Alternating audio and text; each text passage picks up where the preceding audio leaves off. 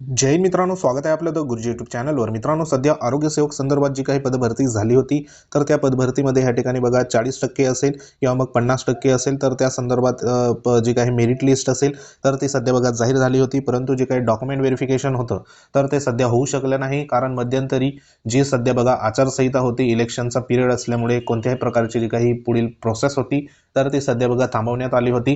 तर त्या दृष्टीने आता संपूर्ण जी काही आचारसंहिता इथं बघा शिथिल झालेली आहे आणि त्या दृष्टीने पुढची जी काही प्रक्रिया असेल डॉक्युमेंट व्हेरिफिकेशन संदर्भात तर ती प्रत्येक जिल्हा परिषदची सध्या बघा सुरुवात झालेली आहे। तर त्या अनुषंगाने या ठिकाणी कालच्या दिवसाला महत्त्वाचं जे काही जिल्हा परिषद नाशिक संदर्भात पत्र इथं इश्यू करण्यात आलंय।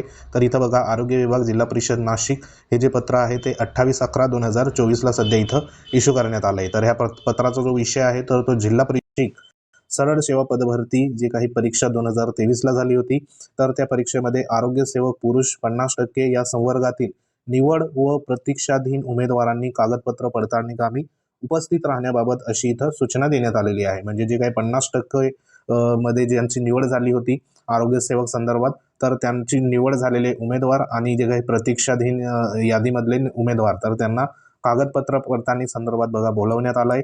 तर त्यांना इथं सांगितल्याप्रमाणे उपरोक्त विषयान्वये जिल्हा परिषद नाशिक सरळ सेवा पदभरती 2023च्या अनुषंगाने आरोग्य सेवक पुरुष 50% या संवर्गातील उमेदवारांच्या गुणवत्ता यादीनुसार सामाजिक व समांतर आरक्षणाप्रमाणे निवड व प्रतीक्षाधीन या उमेदवारांची यादी करण्यात आलेली असून सदर निवड यादी प्रतीक्षा यादीतील उमेदवारांचे मूळ कागदपत्र जे असेल शैक्षणिक कागदपत्र व इतर सर्व आवश्यक कागदपत्रां सोबत दिनांक इथं बघा 4/12/2024 रोजी म्हणजे पुढच्या महिन्यामध्ये 4 तारखेला दुपारी 10 वाजता आरोग्य विभाग जिल्हा परिषद नाशिक येथे पडताळणी करण्यात येणार आहे। बरोबर, म्हणजे जे काही डॉक्युमेंट व्हेरिफिकेशन असेल तर ते तुमचं 4/12/2024 रोजी सध्या बघा 10 वाजता सध्या होणार आहे। तर ज्या उमेदवारांचं 50% मध्ये निवड झालेली असेल आणि जे सध्या इथे पुढचे जे उमेदवार असेल तर त्यांनी लक्षात ठेवायचं आहे, तुमच्या यादीमध्ये नाव बघा, त्यांनी 4 तारखेला सध्या संबंधित जिल्हा परिषदचा जो काही आरोग्य विभाग आहे तिथे उपस्थित राहायचं आहे। यास्तव आपण बघा मूळ कागदपत्र जे असेल शैक्षणिक कागदपत्र आणि सर्व आवश्यक कागदपत्र तसेच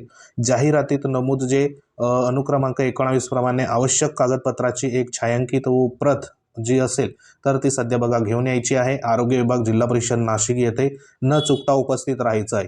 तर संपूर्ण दस्तावेज असेल तर तो दस्तावेज इथं बघा पडताळणी होणार आहे, म्हणून कोणीही या ठिकाणी गैरहजर राहू नका। गैरहजर राहिल्यास उमेदवारांची निवड प्रक्रिया संबंधित कोणत्याही प्रकारचा दावा करता येणार नाही व हक्क असणार नाही असं देखील म्हटलेलं आहे। तर हे पत्र बघा जिल्हा आरोग्य अधिकारी जिल्हा परिषद नाशिक मोरे साहेबांच्या सिग्नेचरने सध्या बघा इथं निर्गमित करण्यात आलं आहे। तर महत्त्वाचं पत्र होतं।